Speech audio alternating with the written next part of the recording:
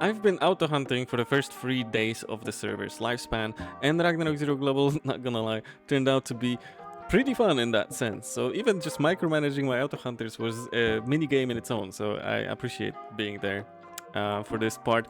Anyway, I decided I would rank my spots that I've checked out so far. Again, this is only 72 hours after the service release, so I haven't checked out all the spots yet, but I thought I would make a tier list. Obviously, we're making tier lists on this channel of how I rank them in terms of raw ZENY. Keep in mind, this is raw ZENY, so assume you're selling everything to the NPCs. You're not selling anything to the players. You're not farming for cards, yada yada yada. We're talking only about raw ZENY and how it went. So yeah, Piky. So one map before, like below Morog. That was like honestly that was like a B tier situation.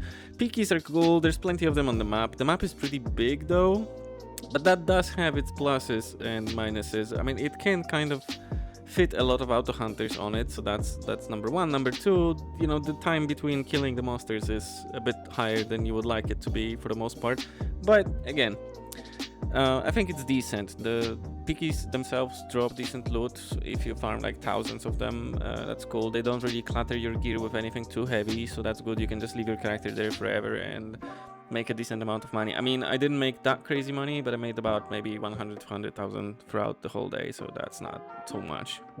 But again, it was safe, it was easy, and that's it. I mean, if you want to talk about it further, Piky map has condors. If you get lucky, you get condor card. Condor card is kind of cool. Piky card itself is kind of cool. And there's also Peko egg spawn on this map, so you can get that card. I was lucky and I got both condor and Peko egg.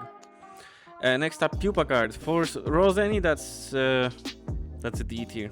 No, C tier. I mean, it's okay. You're gonna make some ZENY, but like, I thought I was gonna be slick and make a whole lot of ZENY on Pupas, but turned out not so much. Probably because there were so many people on those maps that my character didn't get that many kills in. But overall, I think I've killed about 8,000 Pupas.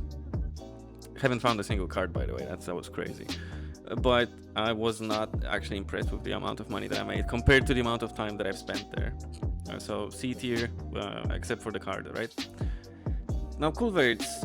Culverts are actually, I'm thinking either A or B, because I made good money just playing actively over there, and I also made decent money just auto hunting in there.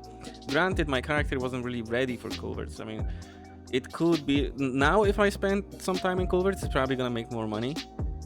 But it was harder for my characters to kill then, so I'm just gonna place it at B and see how that works. Willows D tier. Willows are great for the card, and I got like 7 Willow cards just dropping them. It's extremely lucky, like, not gonna lie. But I'm just gonna come back to one of my videos, and when I was ranking like auto hunting classes, I said acolytes are great for auto hunting, and some of you left comments that I'm stupid and all that stuff, but here we go. I got 7 Willow cards with an acolyte just because she walks super fast. So yeah, there's map for you, but otherwise the Willows do not really drop anything that is very much worth it to really collect. There are better targets. The map one below Payon, that is. Otherwise, there are some targets that you can be auto farming also, like Fabrace on the map, but it's not worth going there simply for just ZENY, in my opinion. Definitely for the Willow card though. Willow card is amazing. Andres, so the whole Anthill. Raw ZENY wise, it's a B tier, in my opinion. Like, it's probably better than Culverts, but it would be an A tier if I was taking everything into consideration, but just B tier in terms of ZENY. Pure ZENY, not counting the cards. I did find 6 Andre cards and 2 Vitata cards auto farming in there, but discounting this, the ZENY was okay-ish. If I was selling the rough aluminum that I got in there, then I would probably bump it also into A tier, but we're not talking about it. Payon dungeon. Payon was A. Payon was an A tier. If I got a whole channel to myself, or like maybe shared with 1 or 2 other people, then yeah, it was an A tier. So it obviously depends on the amount of people on the map, but overall I had a very positive experience with. It's because maybe I got lucky, but I got a whole bunch of oppos to drop from the zombies. And while the skull rings are nerfed and they don't really give you that much ZENY anymore, the oppos still give you a lot of ZENY. So maybe I was just lucky with my RNG. again, I've only spent a couple hours on every one of these spots, so I don't have like a full sample size of 72 hours on like every single one of these spots yet. So we'll probably get to that by next week. Next up, Mandragoras. Mandragoras straight up S tier, probably the most underrated spot that I've had in mind before the game's release. Mandragoras are 1 up, so 1 north from Geffen, and they made me, I'm trying to remember, so between 800,000 and 1 million ZENY per day. If you set up your character correctly, they can just walk around there forever, especially if they're a merchant and they have a lot of weight on them.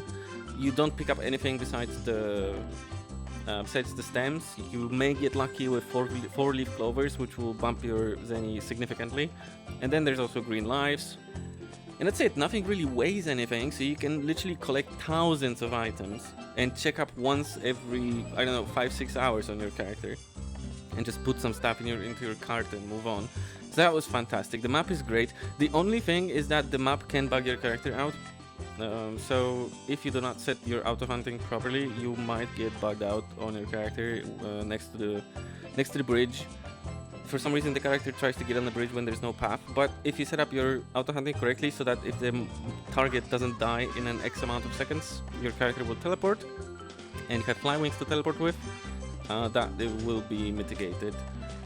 Next and last, wormtails and stems. No, wormtails and stems. Wormtails, snakes, spores, and what else is on that map?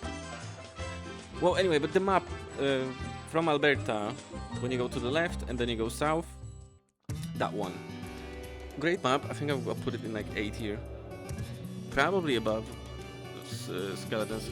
Maybe I'm biased right now towards it because it was probably the least crowded map that I had to deal with, and I haven't really spent that much time. Maybe I got lucky in there. I've spent maybe like 5-6 hours in there tops, but overall it was a great time. I've had 400,000 ZENY from it and a bunch of good cards like spore cards, one-day cards. So I mean, not really crazy, but like, there's nothing better right now in terms of accessories. But yeah, in terms of raw ZENY, very nice, very easy also to farm.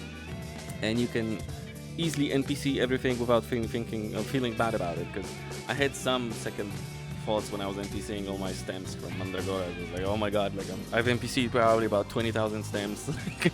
That is such a waste technically, right? But I mean, with auto hunting it doesn't really matter, right? I can always come back there. So yeah, in terms of raw ZENY, this is my ranking so far. I haven't touched any other spots yet.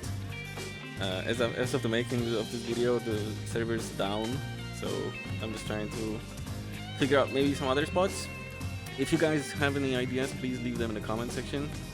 And now that I look at it, I think I would do like this. Like Piky's would be C tier, honestly. Yeah, maybe like this, like late B tier, early C tier. So yeah, if you guys have any other cool spots that you found out, let me know in the comments, and I will see you in the next